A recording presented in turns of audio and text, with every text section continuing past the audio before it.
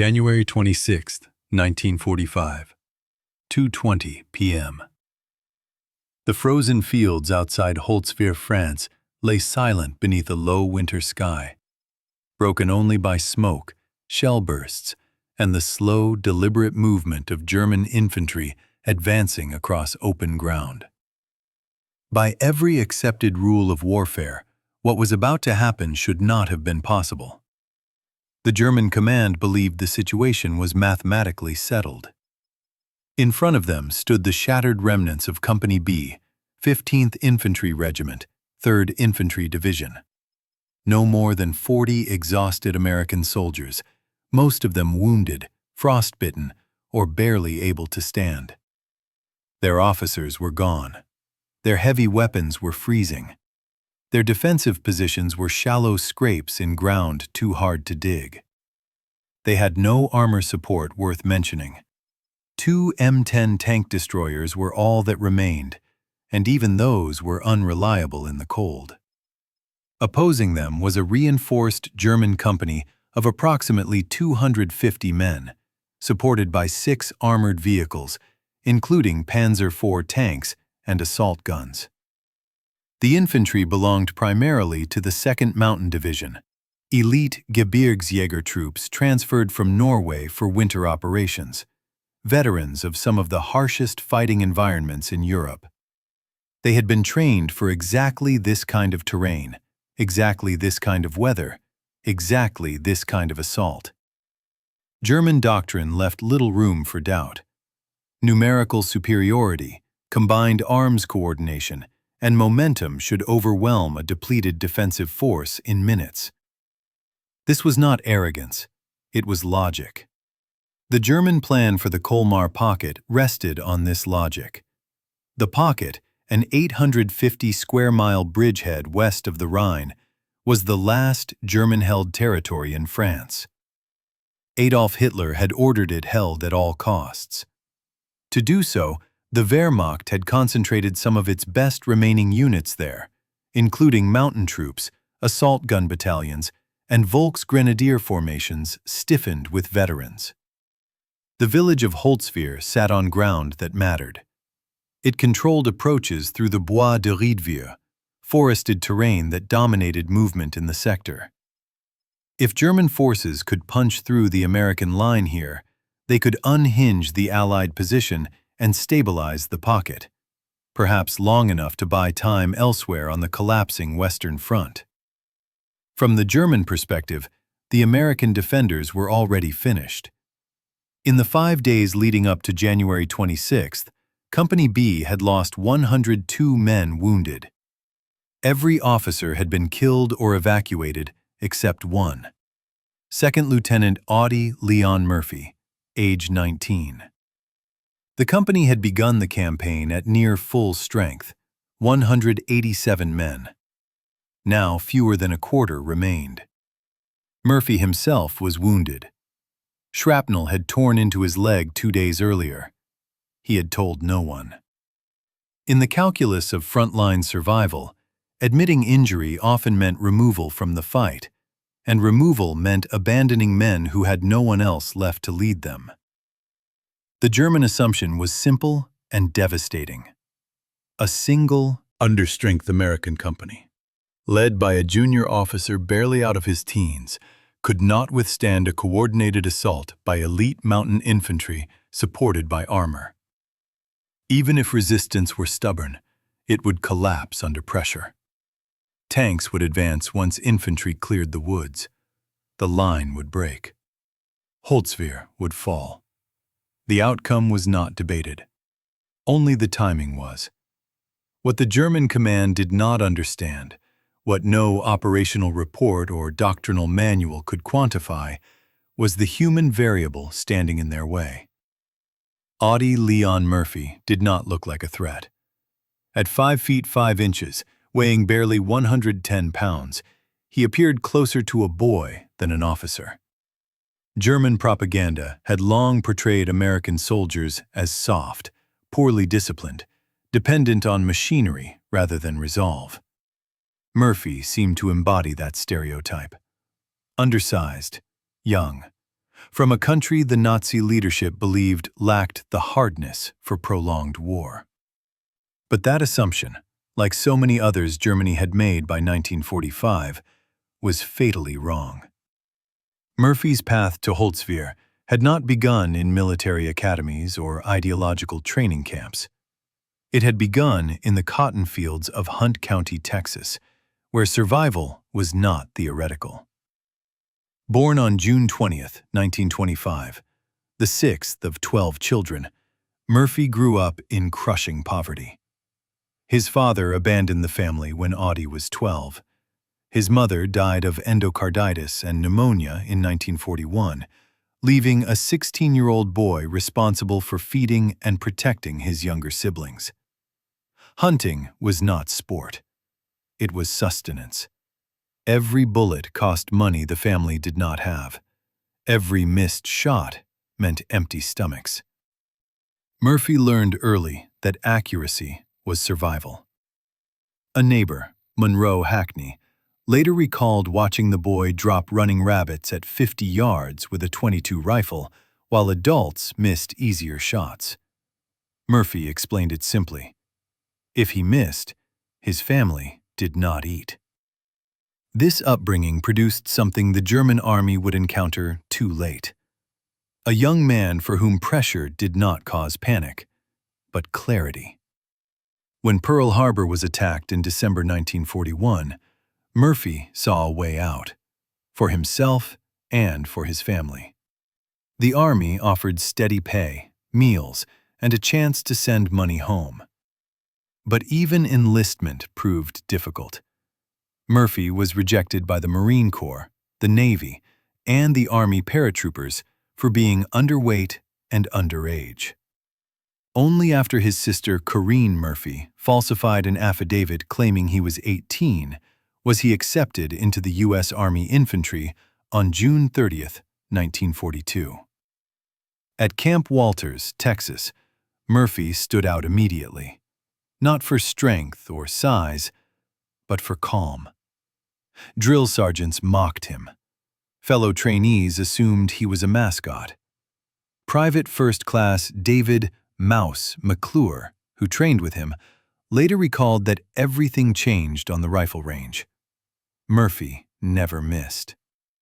His expression went cold, detached, focused. It was the same look German soldiers would later describe in disbelief. Combat revealed the full measure of what Murphy had become. In Sicily, July 1943, near Licata, Murphy moved under fire with a confidence that seemed instinctive. Near Palermo, when his unit was pinned down, he flanked a machine gun position alone, killed the crew with grenades, and turned the weapon on retreating Germans. His commander, Captain Paul Harris, noted Murphy's extraordinary natural aptitude for combat. At the Volturno River in October 1943, Murphy held off a German counterattack alone after his squad was decimated, killing 5 enemy soldiers at ranges exceeding 300 yards. For this, he received the Distinguished Service Cross.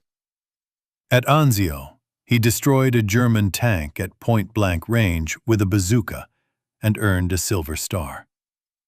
By the time of the invasion of southern France in August 1944, Murphy had survived Sicily, Salerno, Anzio, and Rome.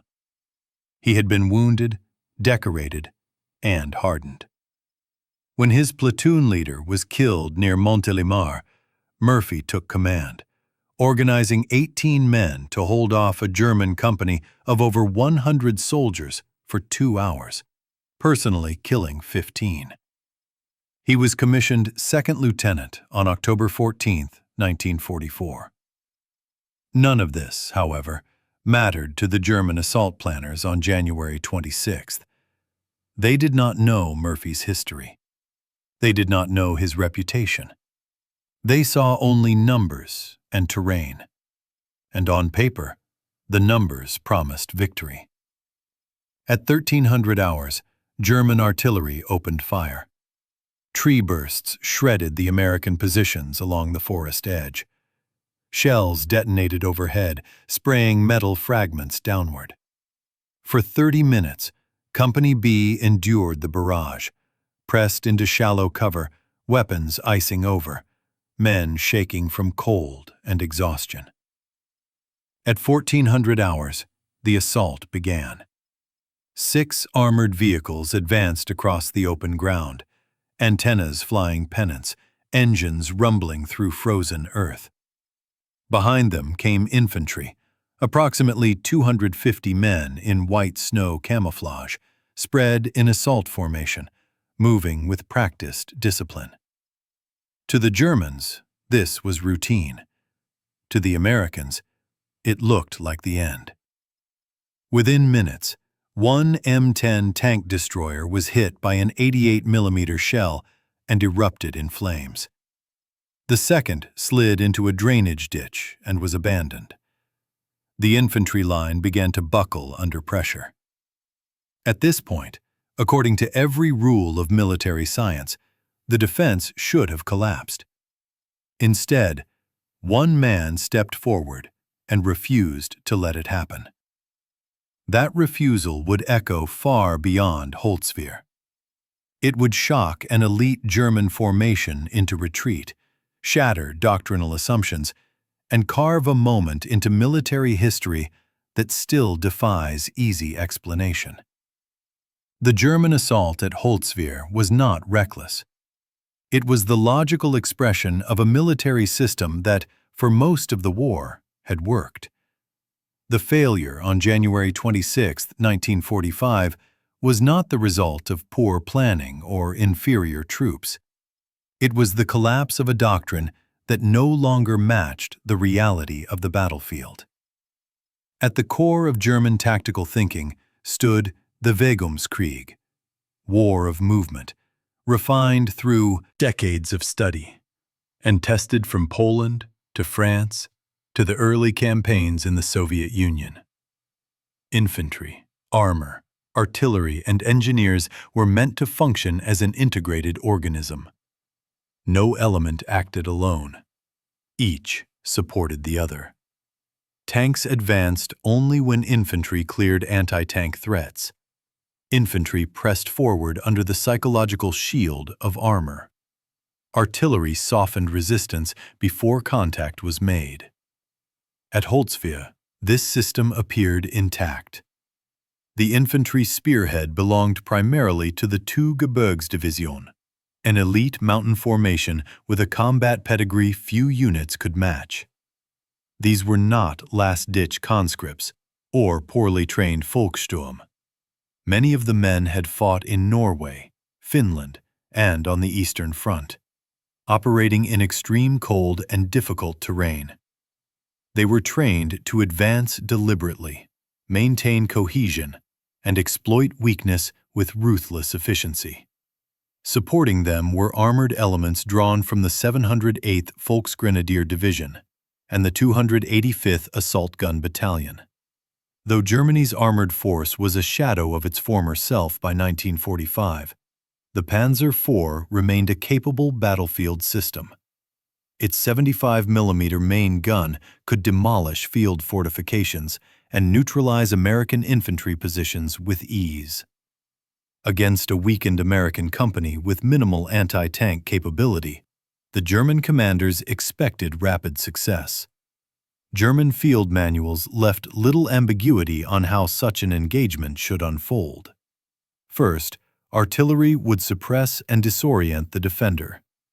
Tree bursts, air-detonated shells exploding above ground, were specifically designed to kill infantry in wooded positions.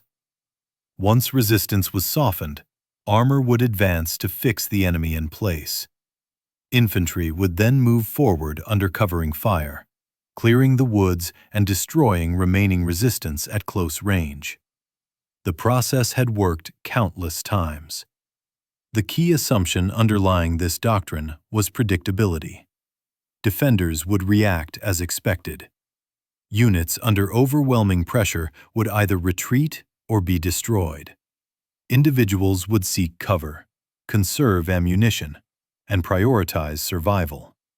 Even acts of bravery were assumed to be finite, moments, not sustained resistance. German planners at Holtzwihr had no reason to believe otherwise. American infantry doctrine emphasized fire and maneuver, squad-level coordination, and reliance on supporting arms. It did not encourage isolated action. A lone officer acting independently, especially under artillery fire and armored assault, was not considered a serious variable. Doctrine accounted for courage. It did not account for defiance bordering on self-destruction. This is where the system began to fail. The German assault assumed that once the M10 tank destroyers were neutralized, the American position would unravel. The destruction of the first M10 by an 88mm shell and the immobilization of the second seemed to confirm that assumption. Armor superiority had been achieved. The infantry advance continued. What the system could not adapt to was a defender who refused to withdraw, refused to conserve himself, and refused to behave rationally under fire. The German infantry relied on mutual support. Squads advanced in bounds, covering each other with rifle and machine gun fire. This depended on the assumption that suppressive fire would force defenders to keep their heads down. Murphy's response inverted that equation. From the moment he mounted the burning tank destroyer, suppression ceased to function. German fire did not slow him. Instead, every movement exposed German soldiers to immediate, accurate return fire. The M2 50 caliber Browning, normally employed for anti-aircraft defense or vehicle protection, became the dominant weapon on the battlefield. Its range, penetration, and psychological effect exceeded anything German infantry expected from a single defender. Squads attempting to maneuver were cut down before they could close distance. Attempts to flank failed under sustained fire and artillery bursts directed with deadly precision. German tanks now faced a doctrinal dilemma. Without infantry, they could not advance safely into the woods. Without advancing, they could not suppress Murphy's position. Advancing alone risked close-range anti-tank attack, something German commanders were trained never to allow. The combined arms system required all elements to function together. Murphy's stand broke that interdependence. As casualties mounted, initiative evaporated. German after-action records note that the attack was repulsed by unexpectedly heavy resistance. The phrase is revealing. Resistance was not merely heavy. It was incomprehensible within the framework German officers had been taught to trust.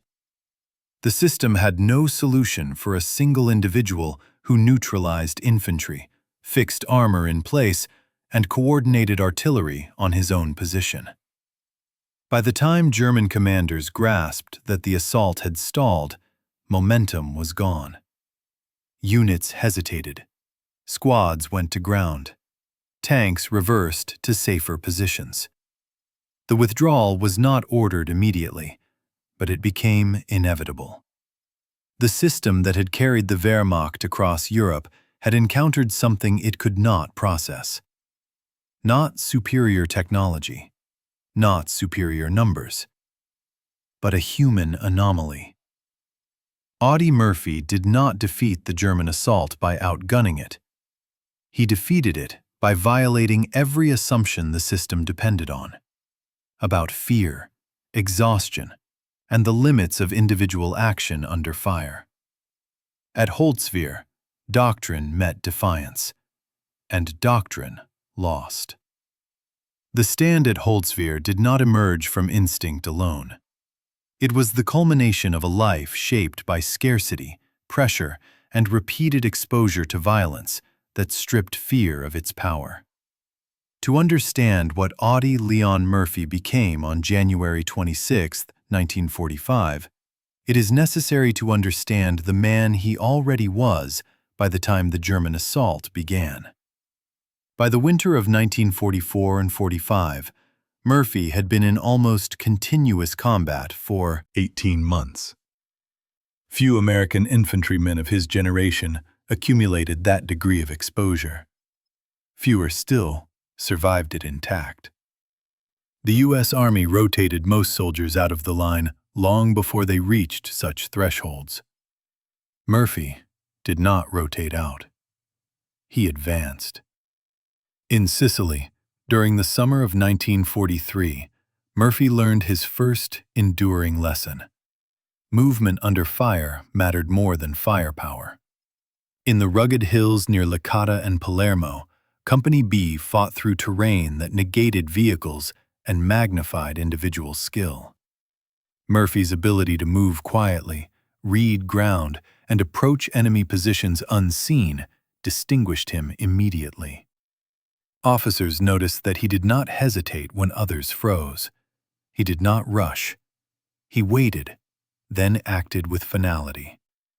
That pattern repeated in Italy. At the Volturno River in October 1943, Murphy's squad was shattered during a German counterattack. 5 men lay dead or wounded.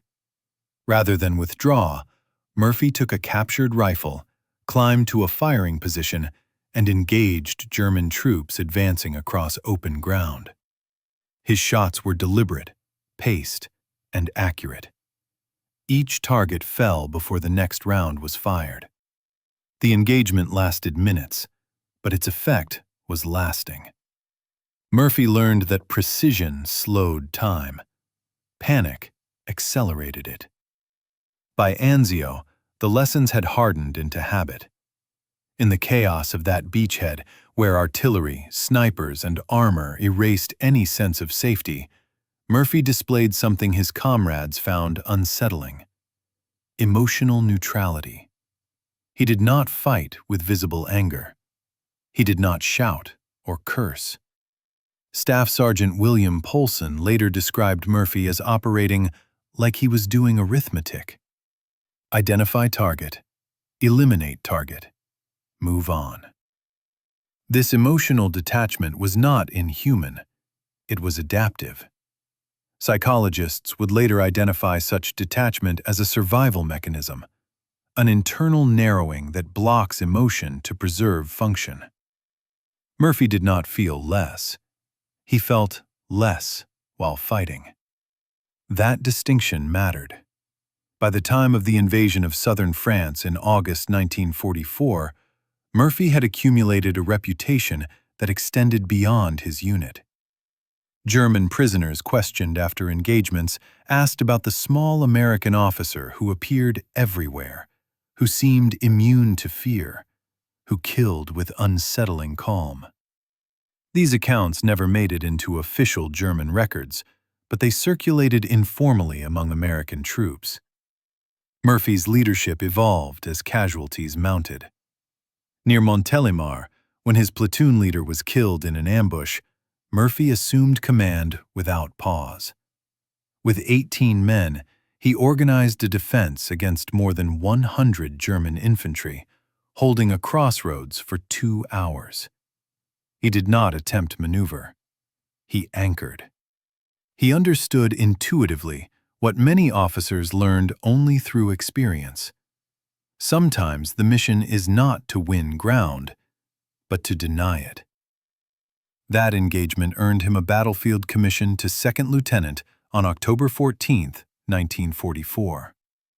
It also imposed a new burden. Murphy was number 1, longer responsible only for his own survival. He was responsible for others. This responsibility became his defining motivator.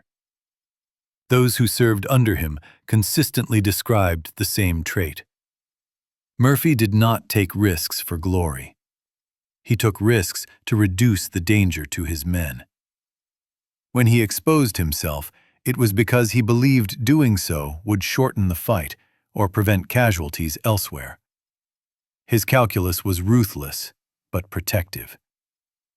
By January 1945, Murphy had personally killed more than 100 enemy soldiers. He had been wounded multiple times. He had received the Distinguished Service Cross, 2 Silver Stars, 2 Bronze Stars, and multiple foreign decorations. None of this made him confident. It made him exhausted.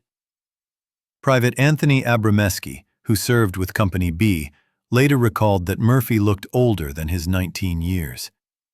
His face was gaunt. His eyes rarely rested. He slept little, even when given the chance. He carried himself with the stiff caution of someone who expected violence at any moment. The Colmar Pocket represented the culmination of everything Murphy had endured. Winter warfare erased comfort entirely. Temperatures hovered near freezing. Snow lay several feet deep. Weapons malfunctioned. Food froze. Sleep was rare. In the days leading up to January 26th, Company B had been engaged almost continuously. Men were falling asleep in foxholes while artillery fell around them. Frostbite took fingers and toes. Trenchfoot crippled movement. Murphy's leg wound, sustained 2 days earlier, throbbed constantly. Shrapnel had torn muscle. He bound it tightly and ignored it. Pain was familiar. Pain did not alter his decisions. What did alter his decisions was the state of his men. He saw soldiers who could no longer stand without shaking. He saw weapons that jammed from ice. He saw positions that could not be reinforced because the ground was too hard to dig. He understood with absolute clarity that retreat would not save them. Retreat across open ground under armor and infantry assault would destroy what remained of Company B. Murphy's worldview had narrowed to a single axis: hold here or lose everyone. This is the context in which his later decision must be understood. When he climbed onto the burning tank destroyer, it was not an impulsive act. It was the final expression of a pattern formed over years of survival. Murphy had learned that when the system failed, when doctrine collapsed, when support vanished, initiative reverted to the individual. At Holtzwihr, he did not become something new. He became exactly what his life had been preparing him to be. The German artillery barrage lifted at approximately 1400 hours, not because resistance had been destroyed, but because the plan had reached its next phase. For 30 minutes, shells had detonated in the treetops along the American line, showering Company B with splintered wood and metal fragments. The air smelled of cordite and frozen earth. When the firing stopped, unnatural quiet settled over the field. That silence lasted seconds. Across nearly a mile of open ground, movement began. 6 armored vehicles, Panzer IV tanks and assault guns, advanced in a shallow line, engines growling through the frozen terrain. Behind them came infantry, approximately 250 German soldiers, advancing in disciplined formations, white snow camouflage blending them into the landscape. From a distance, they appeared almost spectral, emerging from smoke and drifting snow. Private First Class Donald Ekman was the first American to see them clearly. He later recalled the antenna pennants on the German tanks, the deliberate spacing of the infantry, and the moment when the scale of the attack became unmistakable. This was not a probe. It was a coordinated assault meant to crush the line. Murphy reacted instantly. From his position in a shallow drainage ditch, he reached for the field telephone and called for artillery support. Coordinates were passed calmly, his voice steady despite the incoming fire. But he knew artillery alone would not stop this attack. The German formation was too dispersed, too experienced. Suppression would slow them, not break them. At approximately 600 yards, the 2 M10 tank destroyers opened fire. The first round missed. Cold had dulled reflexes, Exhaustion blurred judgment. The second round missed as well. German return fire was immediate. An 88mm shell struck the rear of the trailing M10, penetrating the engine compartment. The vehicle erupted into flames, fuel igniting with a concussive roar. The crew scrambled out, abandoning the burning hull and running for the woods. The remaining M10 attempted to maneuver for a better firing position. Its tracks slipped on the frozen ground. The vehicle slid sideways into a drainage ditch, immobilized. The crew bailed out and retreated under fire. Within minutes, Company B's last armor support was gone. German infantry continued to advance. Range closed rapidly, 400 yards, then 300. Murphy could see individual figures now, rifles raised, machine guns setting up. The attack was unfolding exactly as German doctrine prescribed. Murphy issued an order that shocked the men around him. He told them to fall back into the woods. This was not retreat, it was preservation. The tree line offered concealment, broken ground, and limited the effectiveness of German armor. His men obeyed, pulling back in small groups under fire. Murphy remained behind, directing movement, calling artillery, watching the field. Then he made the decision that defined the battle. Instead of withdrawing with his men, Murphy turned and ran toward the burning M10 tank destroyer. The vehicle was fully engulfed at the rear.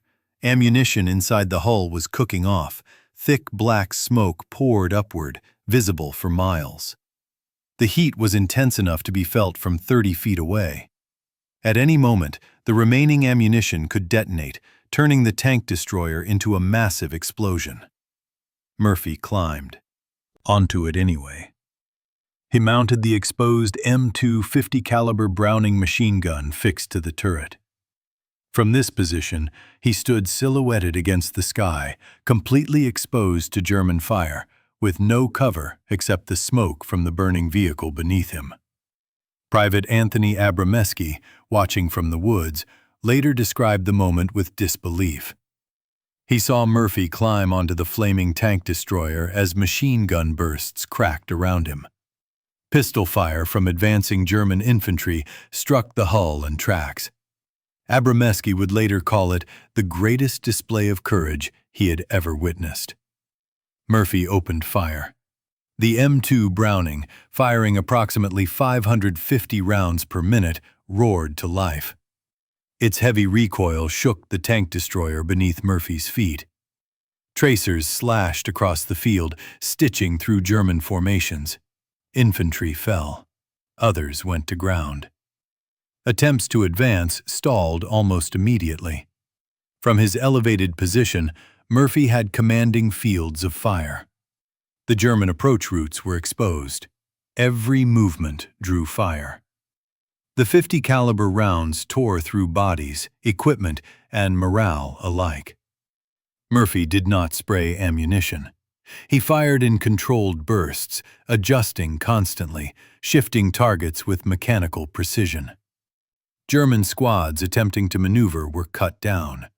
Machine gun teams were destroyed before they could establish fire. Officers trying to rally men were singled out. At the same time, Murphy maintained contact with artillery. Through the field telephone, he called fire missions dangerously close to his own position.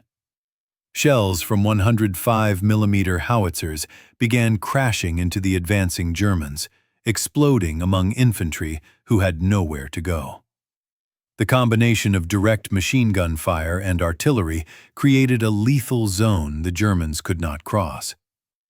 Sergeant Elmer Brawley, observing from the woods, later stated that German infantry closed to within 10 yards of Murphy's position. Those who did were killed where they stood, in open ground, in the meadows, at the edge of the woods. The German tanks halted. Without infantry support, advancing further risked isolation and close-range attack. German doctrine did not permit armor to operate alone in wooded terrain. Commanders hesitated. Hesitation became paralysis. Time stretched. For nearly 40 minutes, Murphy remained on the burning vehicle, firing continuously. The barrel of the M2 glowed red with heat. Smoke from the burning tank destroyer thickened, partially obscuring Murphy from return fire, but choking him as he breathed. Sparks fell around his boots. The metal beneath him warped and sagged as rubber road wheels melted into the frozen earth. German fire intensified. Rifle rounds cracked past him. Machine gun bursts raked the vehicle. Bullets struck the steel hull with metallic shrieks. Statistical survival under such conditions was virtually non-existent. At approximately 1,500 hours, Murphy's ammunition began to run low. Private Charles Owen, watching from cover, recalled hearing the rhythm of the .50 caliber slow. The Germans noticed too. Infantry began to rush forward again, sensing weakness. Murphy did not leave. He slung the machine gun aside, grabbed his M1 carbine, and continued firing, picking off advancing Germans one by one. When targets fell, others hesitated. When they hesitated, artillery landed among them. At 15:10 hours, Murphy made his most desperate call. He ordered artillery to fire directly on his position.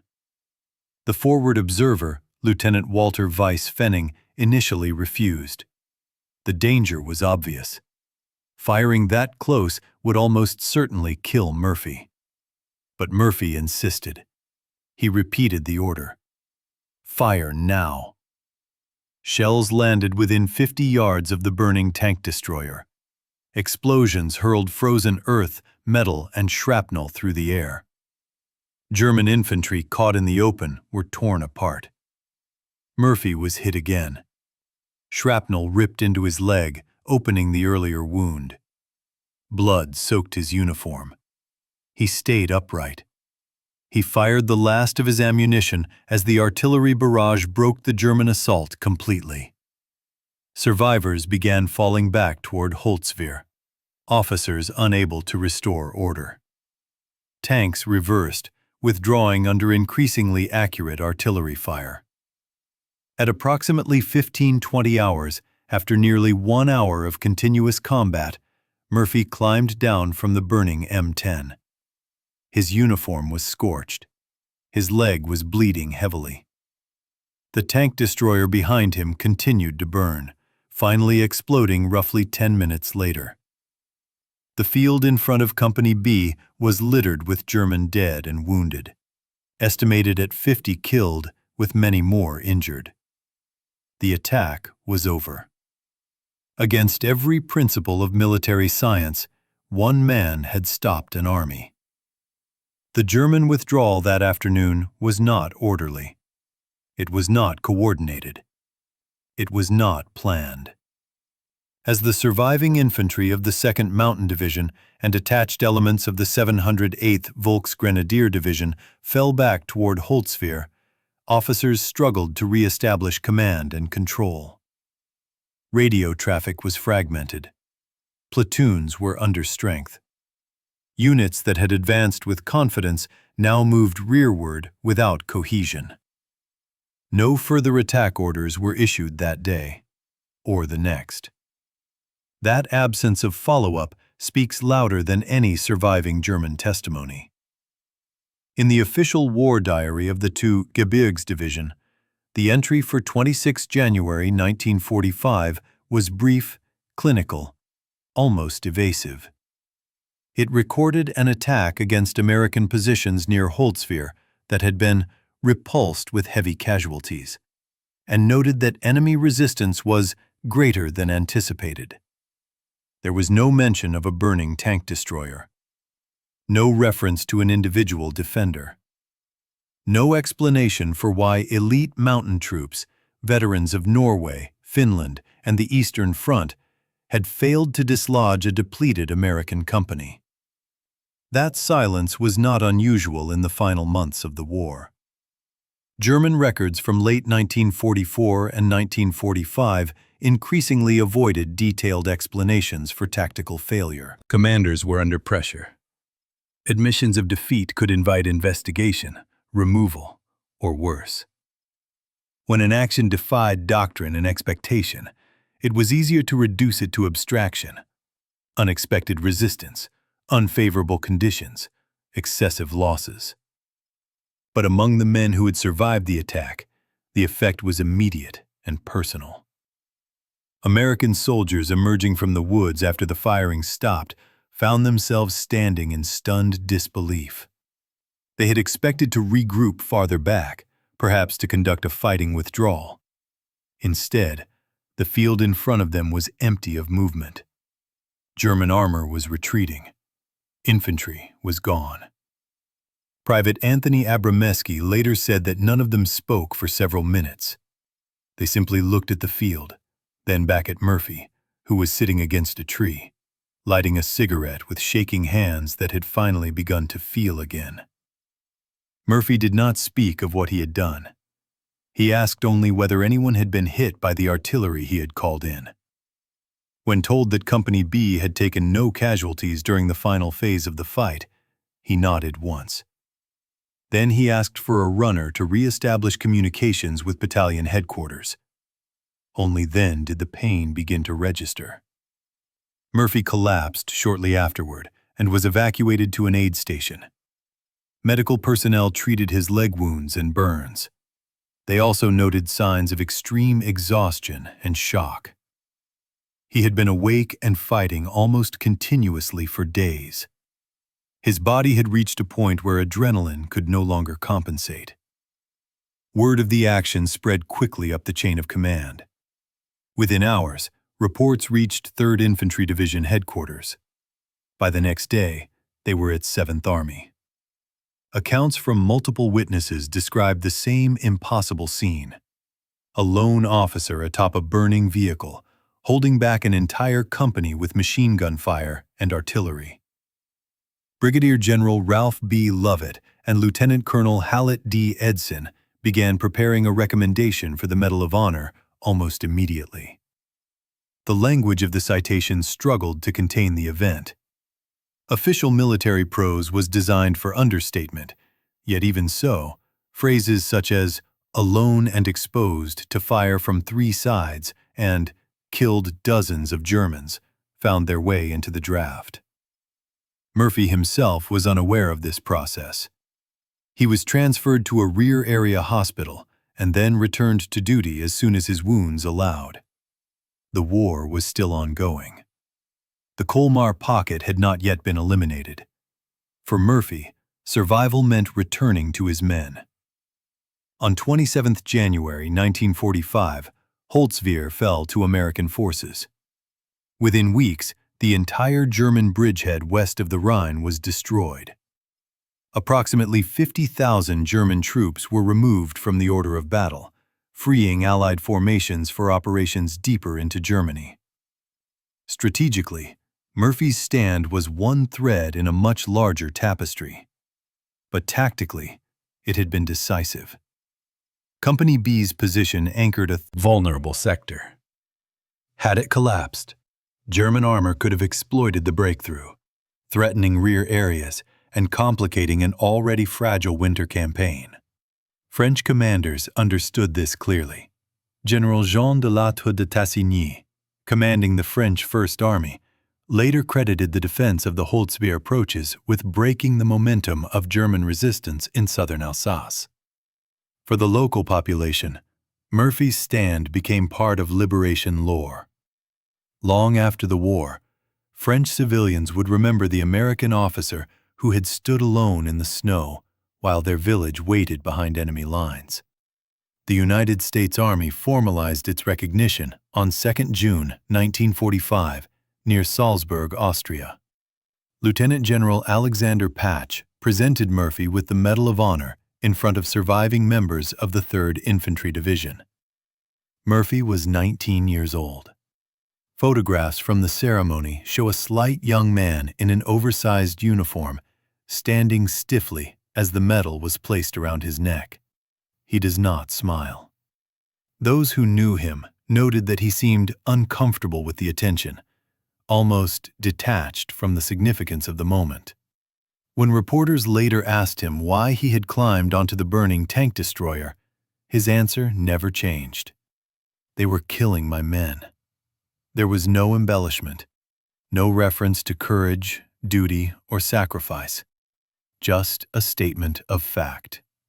This simplicity would define Murphy's relationship with his own legend. After the war, the United States celebrated him enthusiastically. He became, statistically, the most decorated American soldier of the conflict. His list of awards was unmatched: the Medal of Honor, Distinguished Service Cross, 2 Silver Stars, Legion of Merit, 2 Bronze Stars, 3 Purple Hearts, and multiple foreign decorations from France and Belgium. Hollywood took notice. Murphy became an actor, portraying soldiers and lawmen, even playing himself in the 1955 film adaptation of his autobiography, To Hell and Back. To the public, he was a symbol of wartime valor, small in stature, immense in reputation. Privately, he was unraveling. The same emotional detachment that had allowed him to function on the battlefield now haunted him. Murphy suffered from what was then called battle fatigue. He experienced chronic insomnia, vivid nightmares, and episodes of hypervigilance. He slept with a loaded pistol under his pillow. Later, he moved to sleeping in his garage with the lights on, unable to tolerate darkness. In his own writing, Murphy described combat memories as intrusions he could not control. He spoke of feeling as though something had entered him during battle, a state where fear vanished and killing became mechanical. When that state faded, what remained was exhaustion and guilt. His first marriage collapsed under the strain. His second, to Pamela Murphy, endured but was marked by long periods of emotional distance. She later described him as 2 men. One generous and humorous day, another restless and haunted at night. What makes Murphy's post-war life historically significant is not just his suffering, but his refusal to remain silent about it. At a time when psychological trauma was widely dismissed as weakness, Murphy spoke openly about nightmares, fear, and the cost of survival. In 1966, writing for the Saturday Evening Post, he questioned how society could celebrate warriors and then abandon them once the war ended. He asked who would care for veterans who could not afford doctors, who carried invisible wounds rather than visible scars. These words mattered. They helped change how combat stress was discussed in the United States. Murphy's advocacy contributed to greater recognition of what would later be called post-traumatic stress disorder. In 1973, 2 years after his death, the Audie L. Murphy Memorial Veterans Hospital was established in San Antonio, Texas, specializing in the treatment of combat-related psychological injuries. Murphy did not live to see the full impact of that legacy. He died on 28 May 1971 at the age of 45 in a plane crash in the mountains of Virginia. He was buried at Arlington National Cemetery, his grave marked not by rank or decorations, but simply by his name. For military professionals, Murphy's stand at Holtzwihr became something else entirely, a case study. The U.S. Army Infantry School began teaching the engagement as an example of defensive leadership, integration of fires, and the psychological dimension of combat. Analysts noted that Murphy had not merely inflicted casualties, he had broken the enemy's will to advance. His relentless, accurate fire convinced experienced German soldiers that further movement meant certain death. That psychological effect could not be measured in after-action reports, but it determined the outcome. Modern military historians often debate whether such actions are possible in contemporary warfare. Satellites, drones, precision weapons, and surveillance systems have transformed the battlefield. Yet again and again, recent conflicts have produced moments where individual soldiers stood against overwhelming odds, echoes of Holtzwihr in different terrain under different skies. General Stanley McChrystal would later argue that while technology changes war's character, it does not change its nature. War remains a contest of human will. Murphy's stand endures as proof. For German forces, Holtzwihr was not a turning point in the war, but it was a moment of recognition. Elite troops encountered something doctrine could not account for: a defender who did not retreat, who did not break, who did not behave as probability dictated. That recognition is perhaps why German records remain so quiet. Today, the fields outside Holtzwihr are farmland again. Snow still falls in winter. The forest line remains. A small memorial stands near the site of the engagement. Each year, French citizens, American veterans, and occasionally former German soldiers gather to remember a day when the expected outcome did not occur. Audie Murphy's stand does not suggest that war can be won by individuals alone, but it demonstrates that, at critical moments, individual resolve can determine whether others live or die. On 26 January 1945, a malnourished Texan who once hunted rabbits to feed his siblings chose to stand where retreat would have been reasonable. In doing so, he held a line that should have collapsed and forced an enemy to withdraw. That hour should not exist in the mathematics of war, yet it does. The stand at Holtzwihr did not alter the outcome of the war in Europe by itself. Germany was already collapsing under the weight of Allied manpower, industrial output, and territorial loss. Yet history does not move only through grand offensives and sweeping arrows on maps. It turns as well on moments when expectation fails, when assumptions break under pressure and reveal deeper truths about war, leadership, and human endurance. What occurred on 26 January 1945 became one of those moments. For the German command, the failure at Holtzwihr confirmed a reality already becoming impossible to ignore. The Wehrmacht of early 1945 was no longer the force that had conquered France in 6 weeks. Its formations were increasingly brittle, its replacements poorly trained, its operational tempo slowed by shortages of fuel, artillery ammunition, and air support. Yet the troops committed to the Colmar Pocket were not remnants. They were among the best remaining. Mountain infantry trained for winter warfare, supported by armor, attacking a depleted American company. Doctrine predicted success. Reality delivered defeat. German post-war tactical studies quietly acknowledged this contradiction. In a 1965 Bundeswehr analytical volume on defensive operations against inferior numbers, the engagement near Holtzwihr was cited as an example of how morale collapse could occur when an attacker encountered resistance that violated rational expectation. The study did not name Murphy. It did not need to. The lesson was abstracted. When soldiers believe that advance equals death, numerical superiority becomes irrelevant. For the United States Army, the engagement reinforced an evolving understanding of modern combat. Firepower alone did not decide battles, nor did numbers in isolation. What mattered was the integration of weapons, terrain, leadership, and will. Murphy had exploited all four with instinctive clarity. He had positioned himself where he could dominate the field, used the most destructive weapon available, coordinated artillery with precision, and projected an image of resistance so absolute that it paralyzed the attacker. That projection mattered. Veteran infantry officers later noted that Murphy's presence atop the burning tank destroyer created a psychological fixed point. German infantry could not maneuver around him without exposing themselves. German armor could not advance without infantry. Every attempt to solve the tactical problem collapsed back into the same conclusion. The American would not stop firing. This was not heroism as spectacle. It was heroism as function.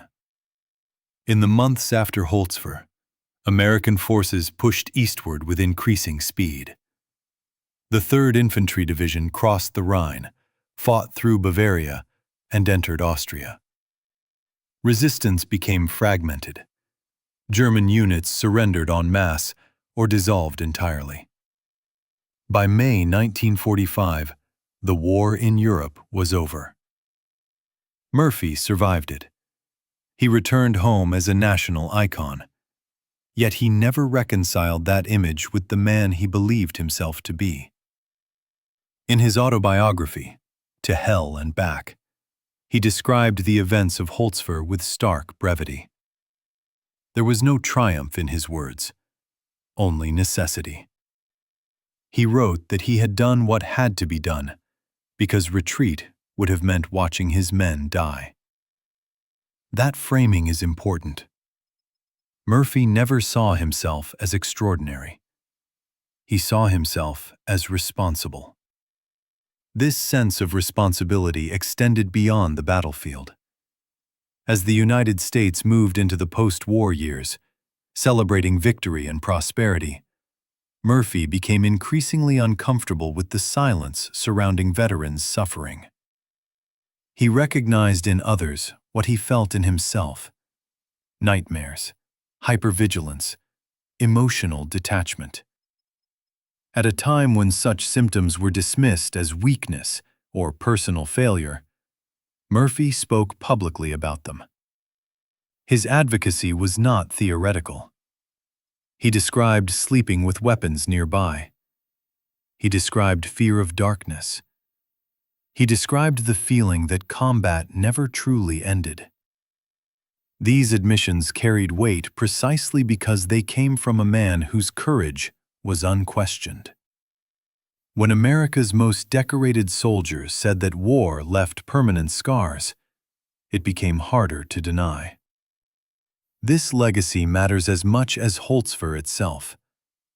In military academies, Murphy's stand is still studied for its tactical brilliance. In veterans' hospitals, his name represents recognition that invisible wounds are real. In Alsace, his memory is tied not to conquest, but to liberation. The French memorial near Holtzwihr does not depict a warrior in triumph. It marks a place, a moment, a refusal to yield. That restraint reflects the truth of the event. Murphy did not seek glory. He did not seek death. He sought to hold the line long enough for others to live. That is why the action remains compelling decades later. It strips warfare down to its rawest element: the choice to stand when withdrawal would be rational. Modern warfare often appears impersonal, dominated by sensors, networks, and long-range fires. Yet even today, conflicts still produce moments where individuals face immediate decisions with irreversible consequences. The technology changes. The moral weight does not. Historians often ask why Murphy survived when probability said he should not. There is no satisfying answer. Luck played a role. Smoke concealed him. German fire was disrupted. Artillery arrived at the precise moment it was needed. None of this diminishes the act. War is always a collaboration between preparation and chance. What Murphy provided was the one variable that could not be manufactured: absolute commitment. By standing atop a burning vehicle, fully exposed, he communicated something no order or signal could convey: that the line would not break. Once that message was received, the German attack was already lost. When Audie Murphy died in 1971, the nation mourned him as a hero. Veterans mourned him as one of their own. History remembers him as proof that the outcomes of war are shaped not only by divisions and armies, but by moments when individuals refuse to conform to expectation. The frozen fields outside Holtzwihr no longer bear visible scars of battle. But the significance of that hour remains intact.